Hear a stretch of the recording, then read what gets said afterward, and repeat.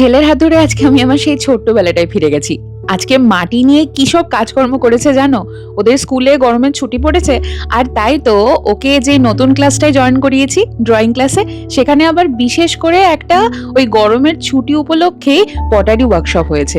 সে যে কি মজা হয়েছে, এতগুলো বাচ্চা-কাচ্চা, এত হই হুল্লোড়, আমি পুরোটা সময় নিজে দাঁড়িয়ে থেকে সবটা উপভোগ করেছি। ছোটবেলায় আমরা তো ঠিক এইভাবেই কাদামাটি নিয়ে খেলতাম, আমাদের কোনো বাধা নিষেধ ছিল না। এখনকার বাচ্চাগুলো এমন বদ্ধ পরিবেশে মানুষ হতে হতে এত বাধা ধরা জীবনে আটকে পড়েছে যে ওদেরকে আলাদা করে এরকম ওয়ার্কশপে জয়েন করাতে হয়েছে। মাস্টারমশাই কোথা থেকে প্রথমে এতগুলো এঁটেল মাটি জোগাড় করে এনেছেন, তারপর সেগুলোকে জল দিয়ে ভিজিয়ে নরম করে কি কি সব পদ্ধতিতে বাচ্চাদেরকে দেখাচ্ছিলেন যে এইভাবে মাটির পাত্র তৈরি করতে হয়। দেখাটাও যেন একটা থেরাপির মতো কাজ করছিল। এত শান্তি আসছিল মনে।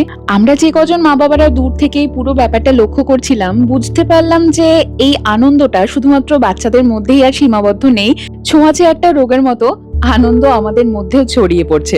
আমরা যেহেতু নিউ টাউনের বাসিন্দা, তাই রিয়ানের সমস্ত অ্যাক্টিভিটি গুলো আমাদের বাড়ির কাছেই দেওয়ার চেষ্টা করেছি। এটা ওই বিশ্ববাংলা গেটের কাছেই। বাচ্চারা যে শুধুমাত্র মাটির হাঁড়ি বানিয়েছে তা নয়, কিন্তু হাত দিয়ে আবার কত রকম শেপসও বানিয়েছে। কেউ হার্ট শেপ বানিয়েছে, কেউ প্রদীপ, কেউ মোমবাতি। আমার ছেলে তো আবার একখানি বড় সাপও বানিয়ে ফেলেছিল। ছোট ছোট এই বাচ্চাগুলোর রঙিন কল্পনার জগৎটিকে না হয় আমরা এইভাবেই মেলতে দিই, উঠতে দিই, আর এমন সব মজার মজার অ্যাক্টিভিটিতে জয়েন করায় যাতে ওদের একটা সঠিক মননের বিকাশ ঘটে।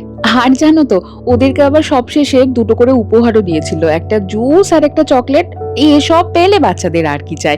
মানে একাধারে তো এত মজা হচ্ছে, তার উপর আবার গিফট, শেষে আবার একটা অ্যাপ্রিসিয়েশন সার্টিফিকেটও ছিল, যেটার মানে অবশ্য রিয়ান বাবু বোঝেনি, আমরা বুঝেছি।